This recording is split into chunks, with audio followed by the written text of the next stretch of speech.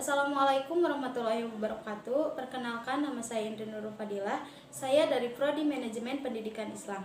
Pertama-tama saya mengucapkan banyak terima kasih kepada dosen pembimbing saya, yaitu Bapak Pupu Fahrul Raji MPD, yang mana beliau telah memberikan kesempatan kepada saya untuk menyelesaikan tugas dari mata kuliah landasan pendidikan.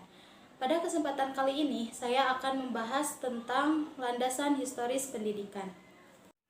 Dalam landasan historis pendidikan ini, yang akan saya bahas yaitu yang pertama ada pendidikan pada zaman Jepang, lalu yang kedua pendidikan Indonesia periode tahun 1945 sampai 1969, dan yang ketiga ada upaya pembangunan sistem pendidikan nasional. Apa itu historis pendidikan? Seperti yang kita ketahui, di sini terdapat dua kata, yaitu historis dan pendidikan. Yang pertama ada historis atau sejarah, adalah keadaan masa lampau dengan segala macam kejadian atau kegiatan yang didasari oleh konsep-konsep tertentu. Sejarah penuh dengan informasi-informasi yang mengandung kejadian, model, konsep, teori, praktik, moral, cita-cita, bentuk, dan sebagainya. Sedangkan pendidikan adalah sebuah proses yang arif, terencana, dan berkesinambungan guna mendorong atau memotivasi peserta didik dalam mengembangkan potensinya. Dari pengertian di atas dapat kita simpulkan bahwa yang dimaksud dengan landasan historis pendidikan adalah sejarah yang menjelaskan dasar-dasar pendidikan di masa lalu yang menjadi acuan terhadap pengembangan pendidikan di masa kini. Pembahasan yang pertama yaitu pendidikan pada zaman Jepang. Pada masa penjajahan Jepang, kegiatan pendidikan dan pengajaran menurun. Akibatnya angka buta huruf meningkat. Oleh karena itu, diadakanlah program pemberantasan buta huruf yang dipelopori oleh organisasi putra. Namun, di bidang pendidikan, Jepang telah menghapus dualisme pendidikan dari penjajah Belanda dan menggantikannya dengan pendidikan yang sama bagi semua orang. Jepang menerapkan beberapa kebijakan terkait pendidikan yang memiliki implikasi luas, terutama bagi sistem pendidikan di era kemerdekaan. Hal-hal tersebut antara lain, yang pertama dijadikannya bahasa Indonesia sebagai bahasa resmi pengantar pendidikan menggantikan bahasa Belanda. Yang kedua, adanya integrasi sistem pendidikan dengan dihapuskannya sistem pendidikan berdasarkan kelas sosial di era penjajahan Belanda. Sistem pendidikan pada masa penduduk Jepang itu kemudian dapat dikategorikan sebagai berikut. Yang pertama ada sekolah rakyat. Lama studi sekolah yaitu 6 tahun. Sekolah pertama yang merupakan konversi nama dari sekolah dasar 3 atau 5 tahun bagi pribumi di masa Hindia Belanda.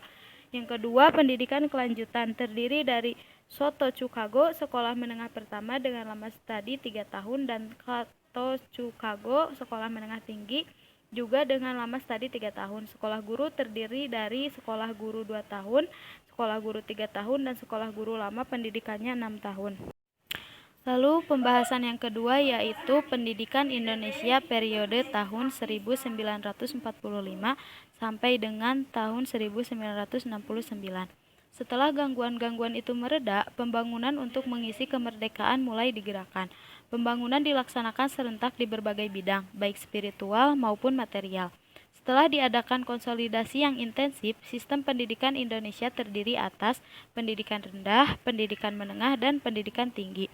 Orde Baru dimulai setelah penumpasan G30 SPKI pada tahun 1965 dan ditandai oleh upaya melaksanakan Undang-Undang Dasar 1945 secara murni dan konsekuen.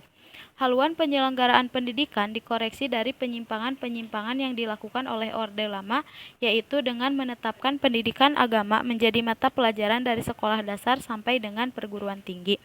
Menurut Orde Baru, pendidikan adalah usaha sadar untuk mengembangkan kepribadian dan kemampuan di dalam sekolah dan di luar sekolah yang berlangsung seumur hidup serta dilaksanakan di dalam lingkungan rumah tangga, sekolah, dan masyarakat. Pendidikan pada masa kemerdekaan memungkinkan adanya penghayatan dan pengalaman Pancasila secara meluas di masyarakat, tidak hanya di dalam sekolah sebagai mata pelajaran di setiap jenjang pendidikan. Namun demikian, dalam dunia pendidikan pada masa ini memiliki beberapa kesenjangan. Bukhari dalam Pidata mengemukakan beberapa kesenjangannya, yaitu yang pertama ada kesenjangan okupasional, yaitu antara pendidikan dan dunia kerja. Yang kedua ada kesenjangan akademik, yaitu pengetahuan yang diperoleh di sekolah kurang bermanfaat dalam kehidupan sehari-hari. Yang ketiga ada kesenjangan kultural. Pendidikan masih banyak menekankan pada pengetahuan klasik dan humaniora yang tidak bersumber dari kemajuan ilmu dan teknologi. Dan yang terakhir kesenjangan temporal, yaitu kesenjangan antara wawasan yang dimiliki dengan wawasan dunia terkini. Namun dari semua kesenjangan itu ada beberapa keberhasilan pembangunan yang menonjol pada masa ini, yaitu yang pertama ada kesadaran beragama dan kebangsaan meningkat dengan pesat. Yang kedua, persatuan dan kesatuan bangsa tetap terkendali. Pertumbuhan ekonomi Indonesia juga meningkat. Lalu pembahasan yang terakhir yaitu upaya pembangunan sistem pendidikan nasional. Yang pertama ada jenis upaya pembaruan pendidikan. Yang termasuk ke dalam jenis upaya pembaruan pendidikan diantaranya yaitu pembaruan landasan yuridis, pembaruan kurikulum, pembaruan pola masa studi, dan pembaruan tenaga kependidikan. Yang kedua ada dasar dan aspek legal pembangunan pendidikan nasional, berupa ketentuan-ketentuan yuridis yang menjadi dasar, acuan, serta mengatur penyelenggaraan pendidikan nasional, seperti Pancasila, Undang-Undang Dasar 1945, GBHN, Undang-Undang Organik Pendidikan, Perda, dan lain-lain. Program utama pembangunan pendidikan. Yang pertama yaitu perluasan dan pemerataan kesempatan mengikuti pendidikan. Yang kedua peningkatan mutu pendidikan. Yang ketiga peningkatan relevansi pendidikan. Yang keempat peningkatan efisiensi dan efektivitas pendidikan. Yang kelima pengembangan kebudayaan. Dan yang terakhir yaitu pembinaan generasi muda. Sekian materi yang dapat saya sampaikan, kurang lebihnya saya mohon maaf apabila banyak kekurangan. Sekian dan terima kasih. Wassalamualaikum warahmatullahi wabarakatuh.